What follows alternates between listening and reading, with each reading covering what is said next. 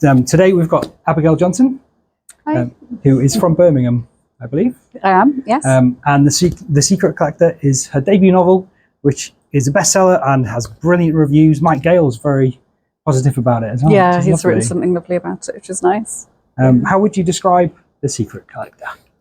The Secret Collector is an uplifting story, but it deals with some quite gritty issues. It's set in Birmingham, as you've said, in 1999, just sort of on the cusp of the millennium. And just like going to say what it's about? Yeah, of course. That would be great. So it's about Alfred, who's an eccentric collector. He's a war veteran who lives alone and is estranged from his only daughter a few years after his wife's died. And he comes into contact with a young care leaver called Kian, who is on a bit of a downward spiral and is been through the care system and is really desperate to be able to take full care of his younger brother, who is currently fostered elsewhere. Brilliant. And I've read it this week, and it's absolutely lovely. It's really like heartwarming, but also quite tough in places as well. But I loved it. And we have the Heath Bookshop here as well. We'll be selling copies at the end.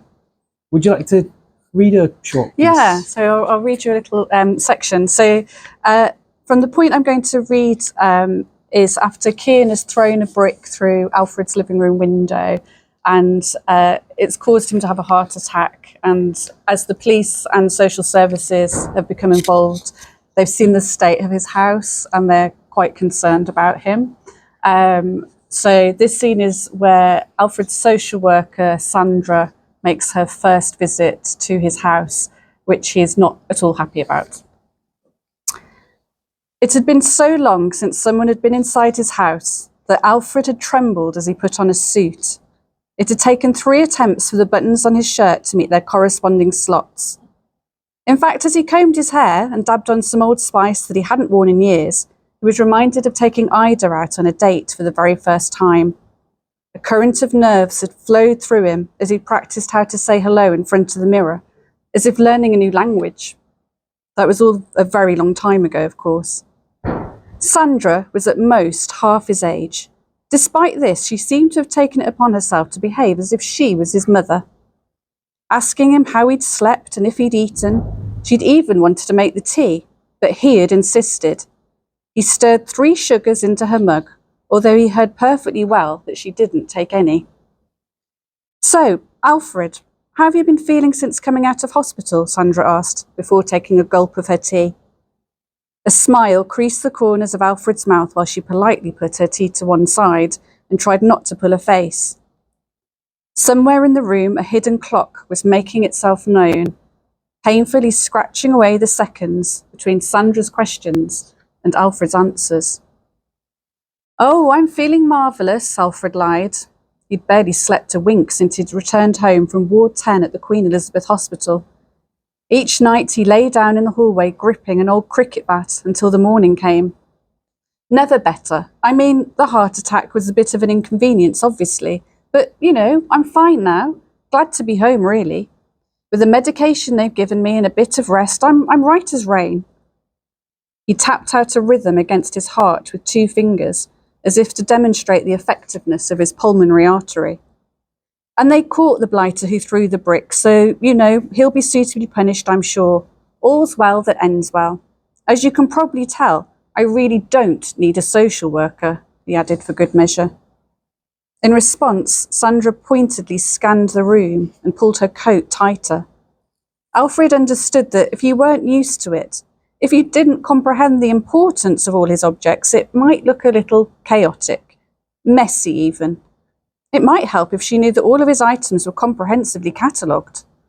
Sandra clicked her pen several times, looking from floor to ceiling, and began to write some notes. Then again, it might not help at all. The good thing about never having company was not having to bother with the trivial matter of tidying up.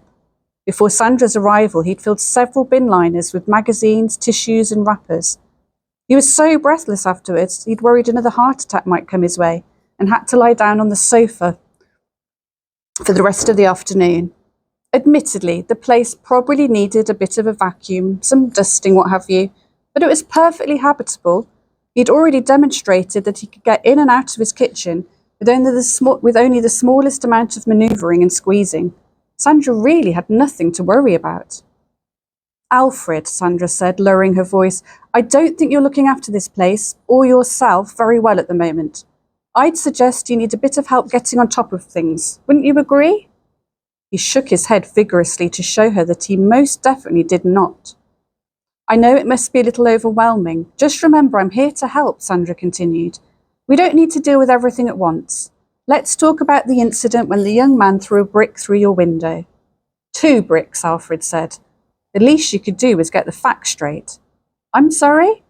Sandra looked down at her notes. Yes, sorry, you're quite right, 2 bricks. Anyway, have you heard of something called restorative justice? The walls began to inch towards him. For the first time in a long time, Alfred wanted to open the window and let the outside in. The air was heavy, pinning him against his chair. Before Sandra even said the words, he knew what was coming next. They wanted him to meet this criminal, give him the chance to get off scot-free. Well, he wouldn't have it.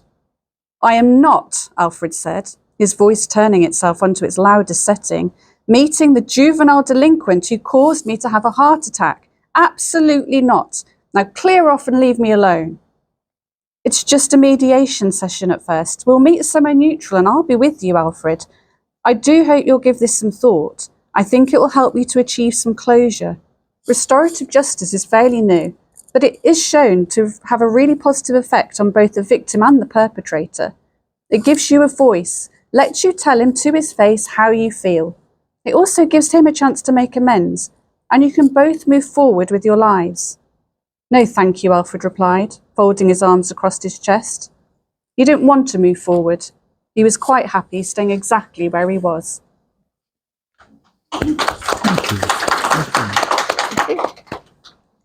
So Alfred is very much a recluse and a hoarder. Did you have to do much research into that, or is Alfred based on someone you know in real life? So he's not based on a particular person, but we have had a hoarder in my extended family on my husband's side. And my mother-in-law used to have to get 2 trains and a bus to visit him. And in her 70s, she would turn up and be desperate to use the toilet, and he wouldn't let her in because he was so embarrassed about the state of the house, and would redirect her to the local Morrisons to use the toilets there. And then when he did die, my husband and her cleared out a lot of his stuff, and it was just unbelievable, the sorts of things he had, the amounts of things he had. There's a little detail in the story where Alfred has 3 chessboards, which came from this relative. He had 3 chessboards, and when it was suggested to him maybe he might like to part with one of them to give to my children, he just couldn't let go of it, even though he lived alone, didn't play chess, and had 3 of them. Yeah. So I think we've all seen those programs on television where you see these people with, this huge amount of stuff, and you kind of just think, well, why don't they just get rid of it? Or, that there's something quite simple behind it, but it is so deep rooted as a psychological problem. And when I did do my research, I came across a guy who owned 2 houses and was sleeping in his car because he'd filled both houses up to such an extent. Yeah, and then there's a lot of issues with people who don't have any heating because people can't get in to service the boiler, or they won't let anybody in the house. Obviously, there's a huge fire risk. But yeah, some really sort of sad stories where people want to change and they want to have a life where they're free from all this clutter, but it's just so difficult for them to be able to do that. I thought he was really well drawn as a character in the way you describe his. So he's not just hoarding things because he likes them. He's sort of using them as little mental escape routes from where he is, because he's sort of trapped by grief. I thought that was really well drawn, and the way you use the different items to highlight parts of his past was brilliant. Was that something that came to you as you were writing, or did you do a sort of character biography before you started? So I had a very clear idea of who Alfred was when I started writing, and I knew that his objects and his collections, because he starts off as an antiques collector, and after his wife died, it spirals out of control. But I kind of knew his objects were going to mean something special to him, and I had great fun looking through windows of antique shops and thinking, oh, that would be in Alfred's house. Oh, you like designed his collections? Yeah, to some point, and or, you know, being on Google and looking at all these different types of clocks and watches and thinking, what would he have? It was quite a fun part of writing the story. But yeah, I wanted them to, you know, he does end up collecting meaningless tat as well, but at the heart of his collection, really, it's about bolstering him and making him feel connected to the outside world through the objects that he's bringing into his life. That's brilliant. I had an auntie who died who was in very much the same situation. This was like 20 years ago. And we had to empty her house out. And there was diaries and things where she'd write every single thing she did for that day, just to structure it, even though it was the same single thing every single day, and would collect all sorts and would get kind of preyed upon, you know, by, it was the time where like the Daily Mail and things like that would have collector plates for royal weddings and all that sort of stuff, and she would end up with houses full of this kind of cheap memorabilia basically. And I thought the way you kind of get across his mental state was brilliantly done, but also the way that he's kind of drawn out of it a little bit. So he's not, you know, just like magically cured. It's not it's like a gradual kind of thing. Was it something you were concerned about, writing about mental illness and that sort of thing, or were you? Yeah, I mean, there's topics in the story that, particularly dealing with about the care system and social services, where I really felt like I wanted to give those people in society a voice. But I also was really mindful of wanting to do that authentically, because it's not my personal experience. So research helped with that a little bit, and hearing, you know, some of those personal stories of people who've been affected. And I think I've always had a sort of interest in what tips people into kind of obsessive collecting. So those people who start off collecting, I know, Star Wars figures, and then before they know it, like every room in their house is plastered in. And it, like, what is it that drives them to go beyond a kind of little hobby to something that actually takes over their life? And I found that quite interesting. It is interesting that people who aren't hoarders and recluses everyone has a degree of it, but it's so easy to see how you can sort of, you know. So did you have to do a lot of research for Cian's background?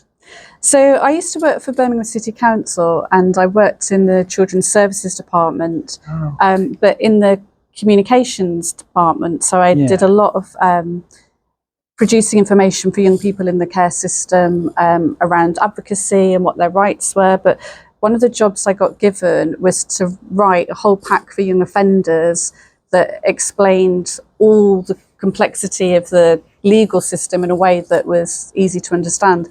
So I knew nothing about, you know, the legal system at all, but actually going through that process, that was the first time I heard about restorative justice, and it was fairly new at that point.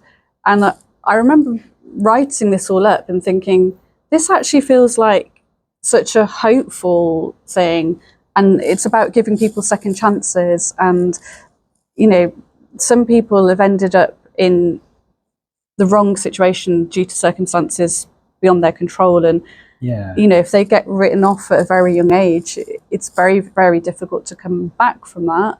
So that's kind of what piqued my interest in restorative justice. And then I sort of went on and did a little bit more research for the book.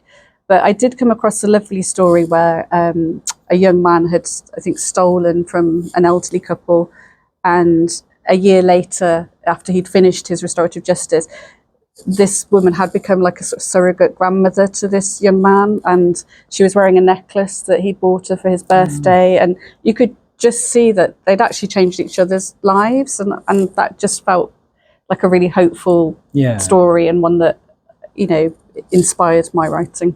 I loved how Cian being sort of involved with the care system is allowed to be like a complete human being who makes mistakes and that kind of thing. Because it would be very easy to write a sort of damning indictment of the care system where he's perfect and does no wrong ever.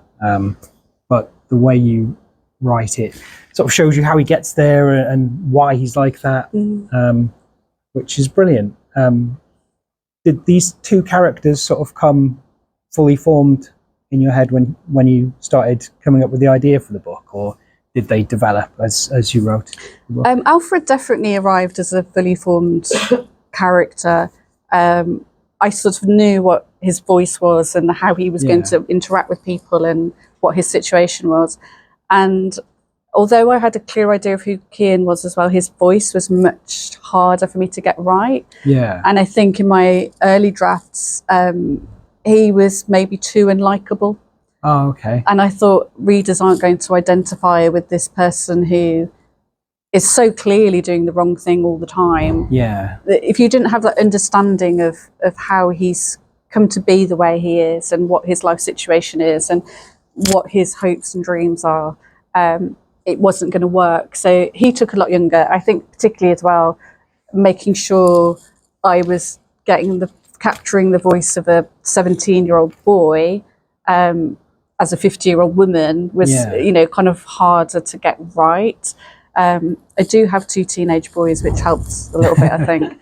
And also, I think the fact that I set it in 1999 when I was not much older than Kian is, right, and in the city, living in Birmingham, that helped me see the city through his eyes a little bit, so and also kind of where he would have been at that point in his life. And I think particularly the idea of the millennium, particularly to young people, but people across the board, feeling like this was going to be some sort of turning point. You didn't quite know what it was. Is it that planes are going to fall from the sky and we're going to have, none of the cash machines will work? Or is it something like we're entering a new era and there's something exciting and hopeful about that, but also quite scary, I think. It's easy to look back now and be sort of a bit flippant about it, but it was quite scary at the time. Yeah, you kind of didn't quite entirely know. Sure. Yeah. There's a fellow who comes to our writing group who says the whole thing with planes falling out the sky and that kind of thing was closer to happening than we realised. Gosh. But they had lots of nerds on hand to all the sort coding it out. and that sort of Well, people talked about it for years as well, so it was like this huge build-up because nobody quite, we all had to be millennium ready. I don't think anybody really knew what that meant. No. I think this idea that, gosh, if I'm not happy with my life now and we're going into this, I've got to go into this new millennium and something has to change, more so than I think people felt on a regular New Year's Eve of, thinking about resolutions. Is there both of your main characters are male, obviously, and both of them have lots going on in their personal lives and stubbornly refuse to ask for help. Is that a particularly, obviously everybody acts out and needs help and doesn't talk about it quite often, but is it there's something about that is a particularly male thing to do? So I think when you look at the issues around male mental health in particular, I think in general, obviously making generalizations here, but in general, it's shown that women tend to be a bit better about talking about their emotions, tend to be a bit better about asking for help when they need it. But I think showing these 2 male characters who are very vulnerable in their own ways, really not wanting to reach out or see that actually there was anything that could change about their situation anyway. They both feel very doomed in terms of, well, this is it, I'm stuck in this mess and I can't do anything about it. So I did want to explore that issue of men opening up, particularly with each other, and how that can really help, and how much those connections in society or, building a community can really make huge differences to people's lives. And you've got 2 people, you've got 2 people who from the outside look quite scary, the scary old man who doesn't leave his house, who, little kids probably make up stories about it being haunted or whatever. And then you're sort of troubled young person who is probably quite intimidating to pass on the street, that kind of thing. But I thought it was brilliant how you brought the 2 of them together. Thank you. I was going to ask, is there an element in writing about Alfred's experience of COVID lockdown? So I wrote this book in lockdown. Yeah. And I think it was definitely a time where you could see the effects of people being isolated. And I think a lot of people felt very alone during that period. But there were also so many inspiring stories of community. And I think seeing how people could come together to make a difference. I mean, the fact that there were people volunteering to collect prescriptions and do people's shopping. And, you know, there are these pockets of community that we're not always aware of. And if you're not networked into it, you might not know it's out there. Yeah. So I think, yes, writing it from that perspective of lockdown probably did influence it quite a lot, particularly as both characters, in their own different ways, are very isolated and don't feel part of the community. It's lovely to be reminded of the nice end of lockdown, because it feels like, you know, we're 5 years on and politics and everything else, everybody's horrible, everybody's shouting at each other all the time. It's all very hateful, and you've got to look quite hard to see a sense of community when you look at like a national newspaper, at least. So on the local level you can find it. Yeah. But it's nice. I think we do feel like all we see is what divides us and how we're different from other people. And I think another aspect of the book is exploring how, if we can just put judgment aside, even a tiny bit, you might find you've got more in common with people than you'd ever imagine. Yeah. Yeah. So it's quite a political book in that way. Yeah. In the kind of the personalized political sort of sense. Yeah. How long did it take you to write the book, if you don't mind me asking? So I started writing it in 2019 in October, I think, and then I'd finished a complete first draft by May. Yeah. And then endless editing. What was your editing process like? Were you? So in the first draft of the book, Cian didn't actually have a little brother, so it did change quite significantly, and that was part of the thing I was trying to do about making him a bit more likable and well-rounded, was giving him this younger brother that he deeply cared about and wanted to fight for.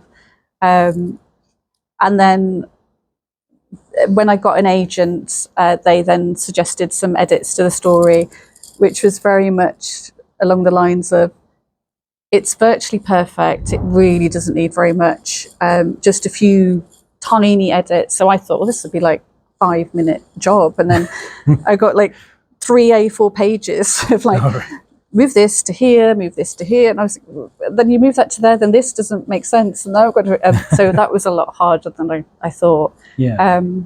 But actually I could see it did strengthen the story and make it better. So they were right.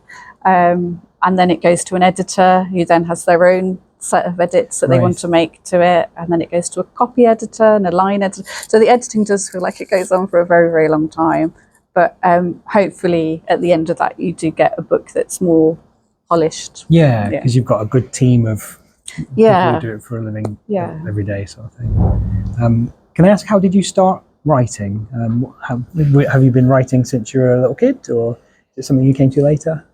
A little bit of both. So I loved writing when I was a child. I was really hopeless at maths at school. I've always struggled with numbers, but I found writing and being creative and reading the things that I really enjoyed. And my teacher in my class, I think I must have been about 9 or 10, went off on long-term sick leave. And we got this temporary teacher in who ran a weekly creative writing competition.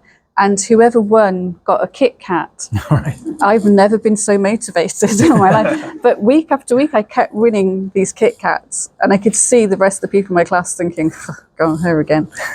But it was the first time I think I actually thought, I'm good at something. I can do this. But then strangely, as I got older, I stopped. I think I felt it was something I did when I was a child almost. And it wasn't something I carried through with me to adulthood. And then after I had my children, I just thought, I might tinker a little bit. And it took me a while to find out what it was I wanted to write. I started a sci-fi. I wrote a children's novel. I mean, I kind of tried everything to sort of work out what is my story that I want to tell. And then I got some redundancy money, and I thought I'm going to do a writing course. And through that process, then I kind of thought, actually, I do really want to write a novel. I've written 10,000 words. How hard can it be to write another 70,000? Not knowing is incredibly hard. Yeah. But I kind of, once I'd started that on that path, I kind of really wanted to see it through. So. What was the course you went on, if you don't mind me asking? I did a course with the Faber Academy, so it was an online course. Yeah. And it was a very kind of tentative dipping my toes in the water. It was, I think it was called an introduction to writing. I really enjoyed it. So the next course was called Write the First 15,000 Words of Your Novel. So brilliant. I went on to do that as well. And then, decided I want to keep going. Was this the first novel that you'd written? So this is the second novel. Yeah. What was the first one? So the first novel was about two elderly women who go on a gap year. Very different kind of story. And I did have some agent interest. And I had, if an agent likes your original submission, they asked to read the whole thing. And I had 3 agents who asked to read the whole thing. That's brilliant. And thought, this is it, I've done it, I'm going to be a published author, and then heard nothing. Right. And then because we were in lockdown, I was still waiting to hear back, and I thought, I feel like all the power is in their hands, and I'm sitting here just refreshing my email thinking, please someone get back to me. I thought, I've got to start writing something else, which is how this book came around. So I'm kind of glad it went through that process, because I think this is a better book than my first one. Yeah. Would you go back and revisit book one? No. I think I've just moved on as a writer, but also it was a few years back now, and I think it would just be hard to kind of go back into it and make the changes needed. So, I've noticed most authors who we've had visit us, their first novel wasn't the one that got published first. And then there's this depressing idea of a practice novel. Depressing for me, who's only written one. Well, I think if you wrote it thinking it was a practice novel, it would be really depressing. But I think you've got to write it and believe that this is it and something could happen. And for some authors, that is the case. And their first novel does go on to be published and bring them some success. But I mean, yes, I wrote it thinking that was going to happen. And it was a little bit hard to let go of it. But then once I got into this one, I remember just thinking this is clicked in a way that the first one hadn't, because I guess you learn a lot from writing a novel. It's almost a bit like doing an apprenticeship, I suppose, and then by the end of it you kind of think, okay, I sort of know how to approach this now. So you feel like you're a better writer for having written book one, even though that wasn't published. That's brilliant. One of the interesting things about your writing journey compared to some of the authors we've had in here before is you seem to have taken lots of opportunities from the industry, like with courses and competitions and that kind of thing. Did you find that approach worked best for yourself? Yeah, so I think I approach everything that I do with wanting to know as much about it as possible. Yeah. So I knew so little about publishing that when I was at university, somebody said to me they were going to work in publishing when they graduated. I remember thinking, why do they want to go and work in a printer's? Like, I just knew nothing about how books came about, which sounds really naive. I mean, we didn't have the internet back then, so it wasn't like you could go away and research it. And if you didn't know anybody or know any authors, which I didn't, I really had no idea. So one of the things that was really helpful for me was, at the time, joining Twitter, because a lot of authors posted about their process and how they wrote, and also people who ran competitions like the Bath Novel Award would post. And it's not the same place now that it was back then, but that was helpful because I started to find out, there's a writers' festival I could go along to, and I entered a competition and I got shortlisted, and that's like a real boost because you're writing on your own. Generally, I mean, people can join writers' groups. I know you've got one at the library, but for me, particularly writing that novel in lockdown, it was really helpful just to learn from other people, other authors. Entering competitions I found was just really good for giving me a deadline, because otherwise I think I'd just sit there forever and procrastinate. But when I wrote this novel, the reason I wanted to get it done by May was because I knew that was the deadline for the Bath Novel Award. And I'd been longlisted in it for my previous novel, and it was such a lovely experience. I thought, right, I'm going to get it done by May so I can enter again. So if there are any writers in the room, I'd really recommend entering competitions. Some of them do give you feedback, not all of them do, but also it is a real motivator, I think. And then if you do get anywhere, if you do list, then that's something great you can put in your submission letters to agents if you're trying to get traditionally published. Because feedback is really hard to come by when you're first starting out. Really difficult. Writers groups are brilliant, and I love ours, but it's different when you get feedback from a professional person who's in the industry who doesn't know you, I think, critically. Maybe sees 1,000 pitches, every couple of weeks. And really knows the market and the industry, because that's the sort of stuff you don't know as a writer. And you could show it to your best friend and they might read it and say, I loved it, but that doesn't really tell you how anybody else would, receive that book. Yeah, we had an author in here. The first one we ever had, Alison Jean Lester, who's from over in Droitwich. And she asked me who I'd shown my work to. And I said, oh, my father-in-law, my wife. And she nearly slapped my hand and was just like, you've got to give it to strangers who don't mind hurting your feelings, who don't care about how long it's taken you to write it, that sort of thing. Yeah. And then you can disagree with everything they say. So were you submitting shorter pieces for competitions? Or were you submitting when I got really stuck with my first novel, I dabbled in flash fiction, which is writing really, really short stories. And it did quite well in a couple of competitions with that. But then I also entered the opening of my novel for a few competitions as well. Brilliant. How did you find the process of getting an agent? Did you hear any particularly good advice about how to do that? The internet is sort of awash with it at the moment, where you can find conflicting bits of advice for every step of it. So what was it that worked for you, do you think?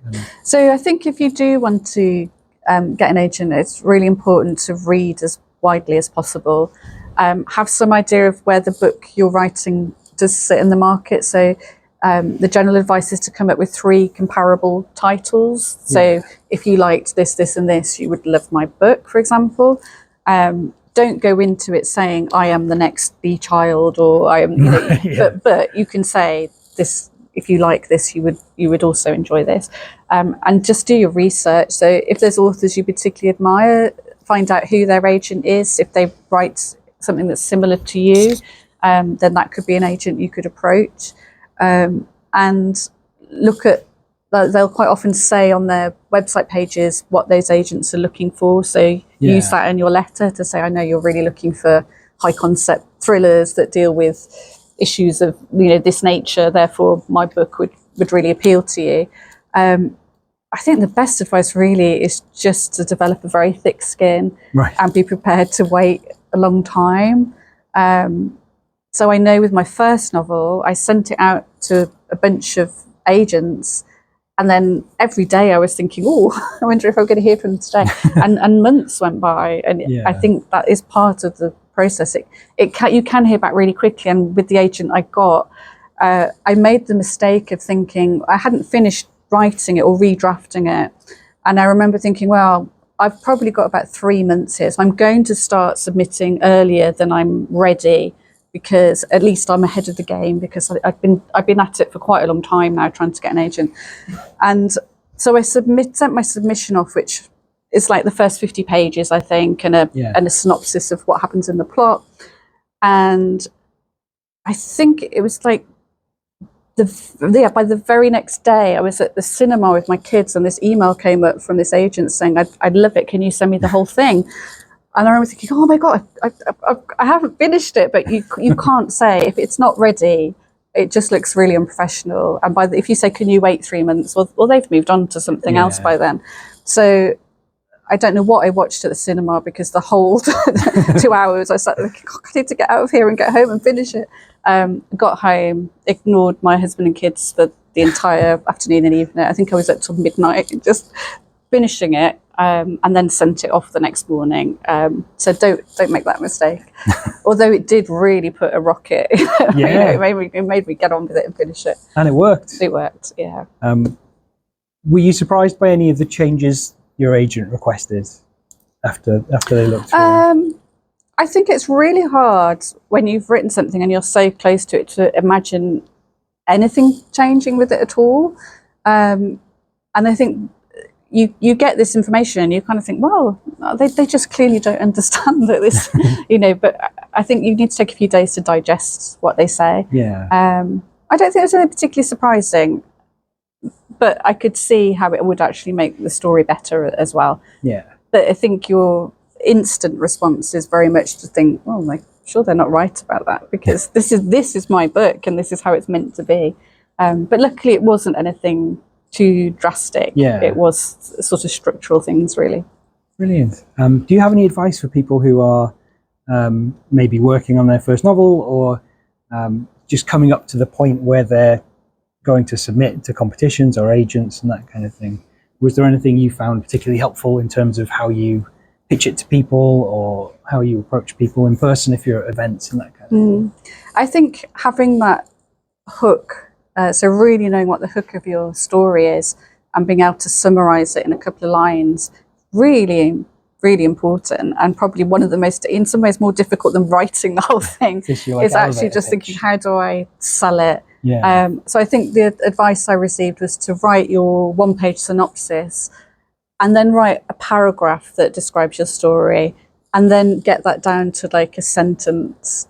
And it can take a really long time, but then when you've done it, you really have distilled the essence of your story into a line that you could, if you happen to bump into an agent at a festival, you could say, my book's about this. Yeah. Because it's such an obvious question, what's your story about? But as you could tell from the beginning when you asked me that question, actually, you start getting into it and you could probably talk for 20 minutes and an agent would have switched off by then. Yeah. So you do need a kind of a quite concise pitch. And I think you just be prepared to have a go. Yeah. Obviously, try and get your writing as polished as you can. Your advice about getting other people to look at it is a really good one. And just sort of being brave enough to put it out there, I think. Yeah. Have you attended writers' groups at all? So I've never been a part of a writers' group. I'm in a book club. Okay. So I do the reading side of things in a group, but no, I've never been to a writers' group. Very similar discussions, I imagine, just about people who aren't in the room. Yeah. If you were to just out of my own self-interest, if you were to attend a writers' group, what would be a good kind of format for you? What would you find helpful? As a writer? As a writer yourself. Yeah. I think most writers probably just want that opportunity for somebody to read what they've written recently. Yeah. So although saying I wasn't part of a writers group, obviously I've done online courses. So there's a little bit of that where you exchange ideas. We used to take it in turns to critique somebody's recent chapter, for example. Yeah. And I think as a writer, that's kind of what you're looking for, is to get people's opinions on your work, so you know how to improve it, you know what hit a note with people or what fell flat, because you're so close to it yourself. It's really, really difficult. So yeah, I think somewhere where you can also, I would also say, thinking about it, learning how to critique other people's writing is really beneficial to your own writing. Yeah. So when I first started this course, you had to look at somebody's work and say, what you liked about it, what you didn't, what worked, in a constructive way. And I found it really difficult to begin with, not just to say, yeah, I liked it. Because so it makes you look at writing in a more critical way, which then you can apply to your own writing. So I think it really is beneficial to do both. Is there anything libraries can do to help writers in terms of like events or networking sort of things, or things to sort of get your book out there? Just generally, how can libraries help if you're a debut novelist? What would be helpful? I feel really lucky that I have had support from my local libraries. Obviously, I've done events like this also at Solihull Library and Stratford Library, and that is so helpful. And it's meeting readers in real life, and as a writer, that's really what you want to do. You want to connect with other people. You want to share your story. You want to hear how people have taken those characters on board.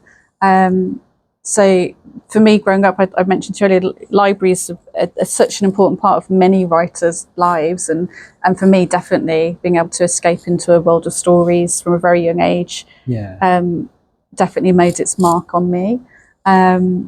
So I think readers groups and writers groups at libraries, where they're just really at the heart of the community, and events are quite often free as well, meaning you know, people like me who thought publishing meant you worked in a printers would actually are a lot more knowledgeable because of groups that exist in libraries. So yeah, they're a fantastic resource. I really appreciate you coming along, because I read somewhere that you mentioned you'd never met an author before.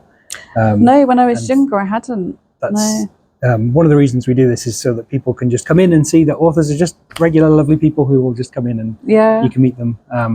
And it's not, you know, they're not sitting in an ivory tower somewhere. Oh, they do that as well. You know, and so we really appreciate it. Oh, thank you for having me. Has your view of the publishing industry changed, apart from the printing issue, dramatically since becoming part of it and having your book published?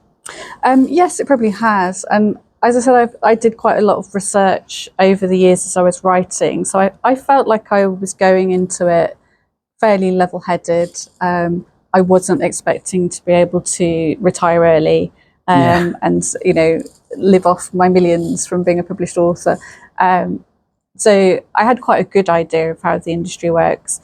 But I think until you're actually in it and experiencing it, you can never really know the ins and outs. And I think people's publishing experiences really vary from publisher to publisher. I feel really lucky with Pan Macmillan. I've had fantastic communication from them and support, and a really lovely editor who has just been really approachable and supportive and will answer any questions. I think, if you do end up in that position, feel like you can ask those questions, because there's so much that you don't actually know. And people almost assume, from the inside, assume that you will know. This is one of the things about self-publishing, which is very popular now, is if you try that, you have to do all those bits yourself, and you have to find out all these secret extra jobs that you didn't know existed, like search engine optimization. Yeah, there's a lot of that goes on. So I went to the offices at Pan Macmillan to celebrate the launch of the book, and I'd written cards for the people on my team and got little gifts for them to say thank you. And they were in my bag, but before I got them out, I was suddenly introduced to about 20 other people who'd also worked on the book that I had no idea existed. And I thought, why don't I get these cards and gifts out? Because it was, I'd like to introduce you to so-and-so. They did the illustrations for your book.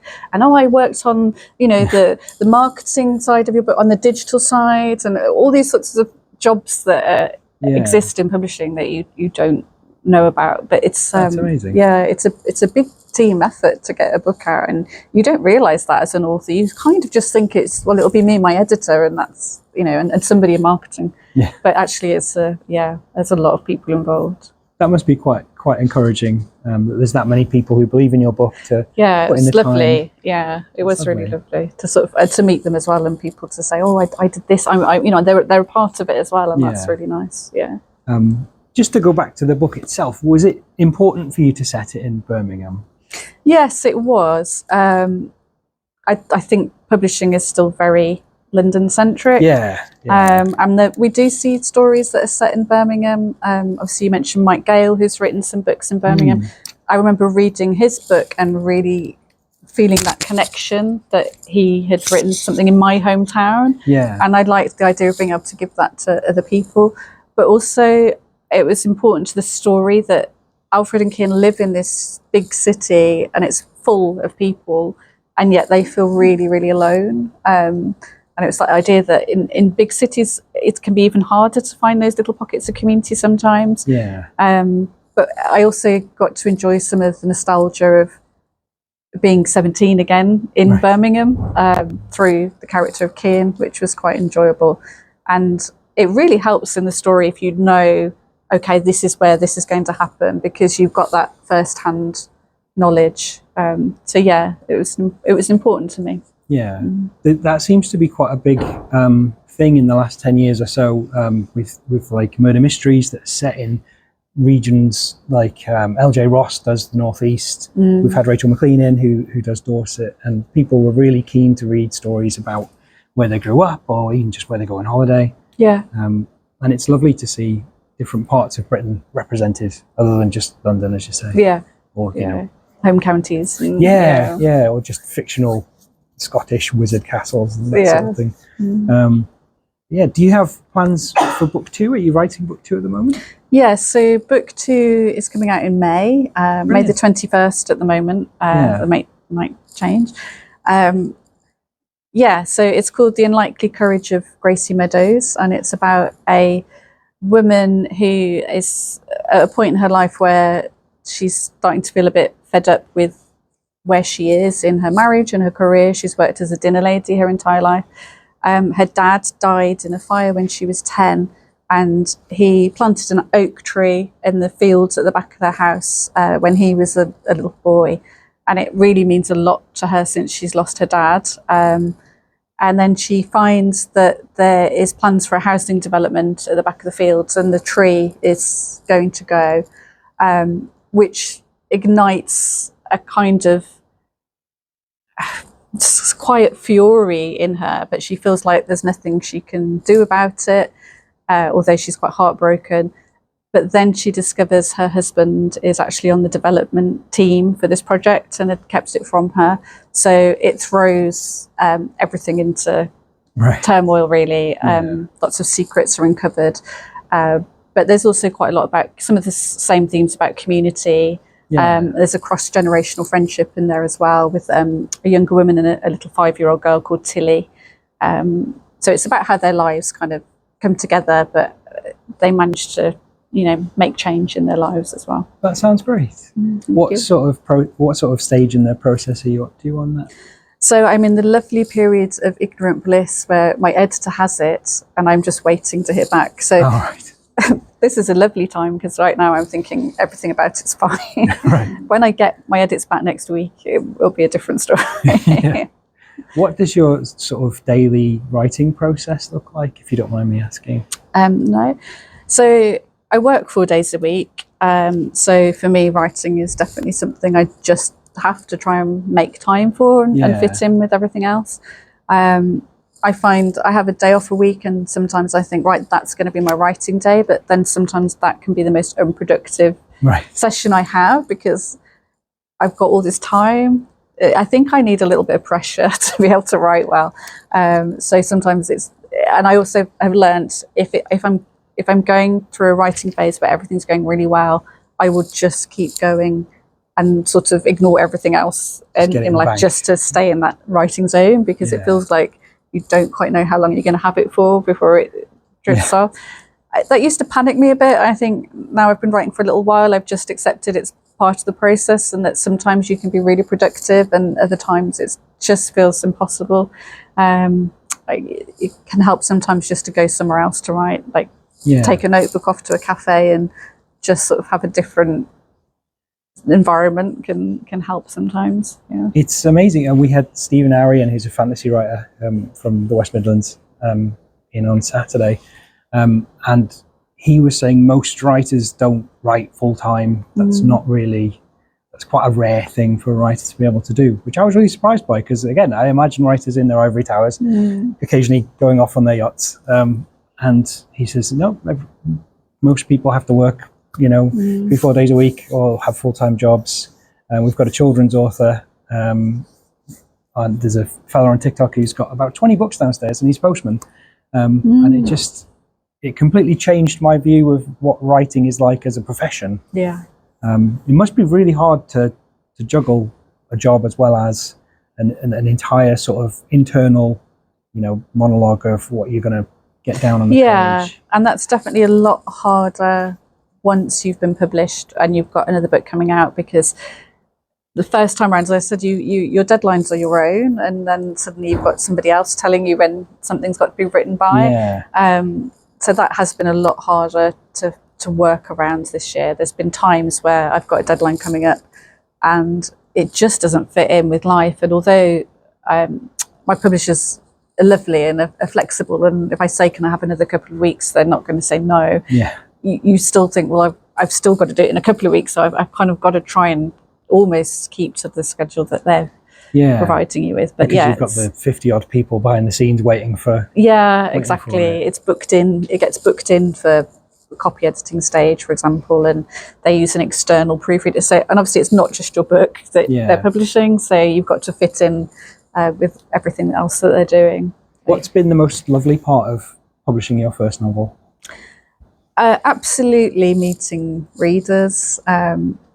It's just so lovely to hear from people who've read your story and have been inspired by it, or just enjoyed it, and just had to, a few hours out from their life where they've been engrossed in something that you've created, and that you've created characters that have resonated with people.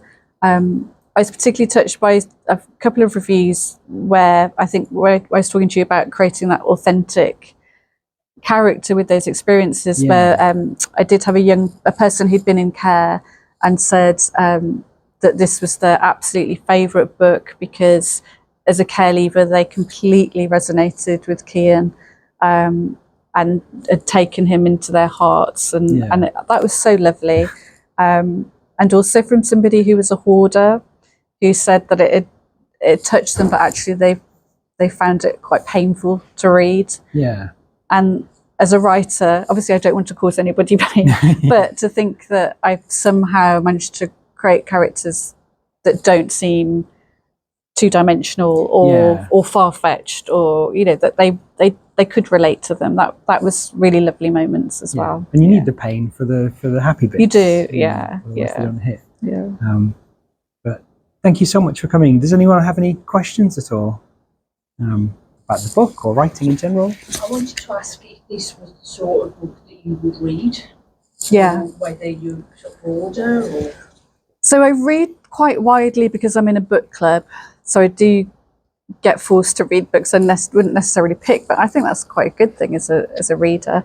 But absolutely this type of book. So I'm a big fan of Mike Gale, that kind of fiction that's quite uplifting but deals with real issues has always been the type of book I'm drawn to.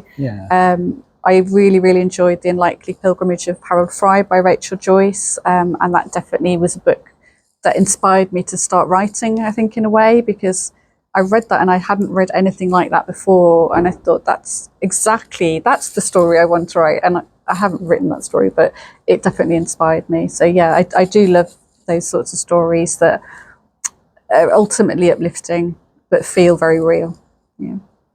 Is that why you moved away from science fiction as a sort of an idea of what to write? Because it's more science fiction can be lots of different things, but quite often it can be more about the world or the technology. I think I don't actually have the kind of brain to plot a science fiction novel. I realized that quite early on.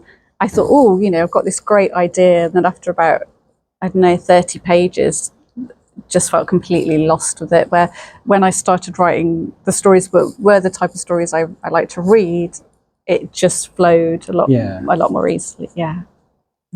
Did you know the ending of this one before you started? Yeah, so I had a pretty good idea of how it was going to end. Things changed as I worked my way through the book, but I kind of knew roughly what was going to happen. Does anyone else have any questions at all? Nope. Okay.